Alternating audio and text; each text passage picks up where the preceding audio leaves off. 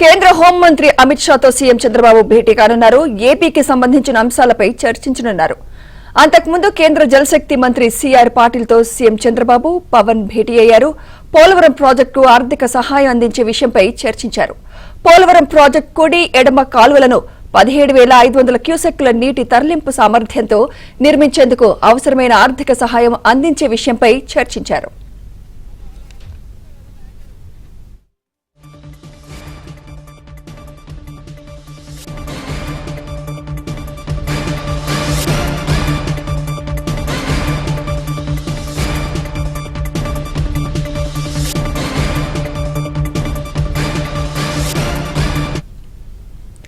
కేంద్ర హోంమంత్రి అమిత్ షాతో సీఎం చంద్రబాబు భేటీ కానున్నారు. ఏపీకి సంబంధించిన అంశాలపై చర్చించనున్నారు. అంతకుముందు కేంద్ర జలశక్తి మంత్రి సిఆర్ పాటిల్తో సీఎం చంద్రబాబు, పవన్ భేటీ అయ్యారు. పోలవరం ప్రాజెక్టుకు ఆర్థిక సహాయం అందించే విషయంపై చర్చించారు. పోలవరం ప్రాజెక్టు కుడి, ఎడమ కాలువలను 17,500 క్యూసెక్ల నీటి తరలింపు సామర్థ్యంతో నిర్మించేందుకు అవసరమైన ఆర్థిక సహాయం అందించే విషయంపై చర్చించారు. ఇక ఇదే అంశంపై మరింత సమాచారం మా ఢిల్లీ ప్రతినిధి సతీష్ అందిస్తారు. సతీష్,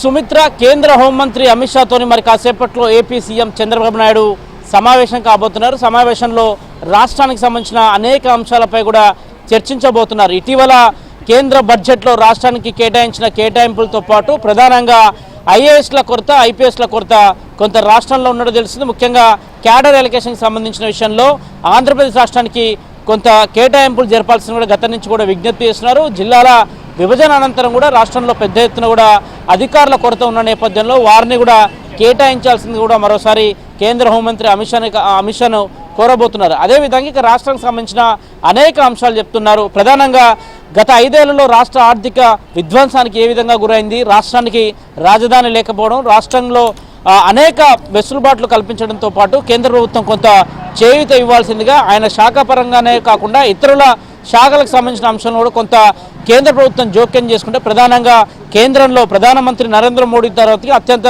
కీలకంగా ఉన్న రెండో వ్యక్తి అమిత్ షా. ఆయన కొంత వివిధ శాఖల నుంచి కావచ్చు, ఆయన శాఖల నుంచి రావాల్సిన అంశాలు కావచ్చు. గతంలో విభజన చట్టంలో కూడా కొన్ని అంశాలు పేర్కొనుకున్నాయి. ఇటీవల 2 రాష్ట్రాల చీఫ్ సెక్రటరీల సమావేశం జరిగింది. అదేవిధంగా తెలంగాణ రాష్ట్రం నుంచి కొన్ని విద్యుత్ బకాయిలు గతంలో ఉన్నాయి. ఆ బకాయిలకు సంబంధించిన అంశం కావచ్చు, షెడ్యూల్లో సంస్థల విభజన అంశాలు కావచ్చు, ఇంకా కొలిక్కి రాలేదు. దాదాపు 10 ఏళ్ల కాలం పూర్తయింది. అదేవిధంగా రాష్ట్రానికి సంబంధించిన ముఖ్యంగా అమరావతి రాజధాని కావచ్చు, పోలవరం నిర్మాణం కావచ్చు, రాష్ట్రంలో అనేక పెట్టుబడుల అంశాలు కావచ్చు, వీటన్నిటిపైన కూడా కేంద్ర హోంమంత్రి అమిత్ షాతోని కూడా సుదీర్ఘంగా సీఎం చంద్రబాబు నాయుడు చర్చించబోతున్నారు. ఉదయం ఢిల్లీ పర్యటనలో సిఆర్ పాటిల్తో సమావేశమయ్యారు.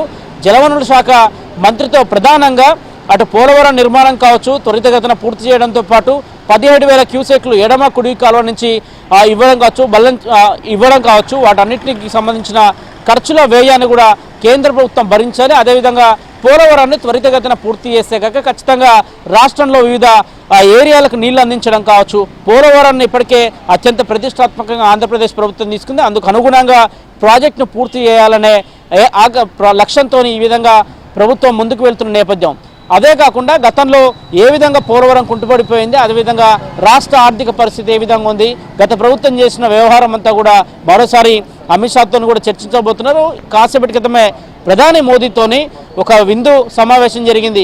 ఈరోజు ఢిల్లీ సీఎం ప్రమాణ స్వీకారానికి వచ్చిన ఎన్డీఏ కీలక నేతలతో పాటు వివిధ రాష్ట్రాలకు సంబంధించిన ముఖ్యమంత్రులంతా కూడా, ఎన్డీఏ పాలిత రాష్ట్రాల ముఖ్యమంత్రులంతా కూడా వచ్చిన సందర్భంగా వారందరికీ కూడా విందు ఇవ్వడం జరిగింది. ఆ విందుకు CM Chandrababu Naidu, AP deputy CM Pawan Kalyan కూడా హాజరు కావడం జరిగింది. అనంతరం సాయంత్రం 4:45 సమయంలో కేంద్ర అగ్రికల్చర్కి సంబంధించిన సెక్రటరీని కూడా కలవబోతున్నారు. ప్రధానంగా రాష్ట్రంలో మిర్చి సమస్య పెద్ద ఎత్తున ఉంది. మిర్చి సమస్య ఒక్కసారిగా కిందికి పడిపోవడం, రైతాంగం అంతా కూడా పెద్ద ఎత్తున ఇబ్బందులకు గురి కావడంతో ఆ సమస్యను కూడా కేంద్ర వ్యవసాయ శాఖ సెక్రటరీతోని సీఎం చంద్రబాబు నాయుడు చర్చించబోతున్నారు. ప్రధానంగా మిర్చికి వేసిన రైతులందరినీ కూడా కేంద్ర ప్రభుత్వం ఆదుకోవాలి, వారికి సరైన విధంగా నిధులు చెల్లించే విధంగా కూడా కొంత కసరత్తు చేయాల్సిందిగా కూడా వారికి విజ్ఞప్తి చేయబోతున్నారు. సుమిత్ర, రైట్.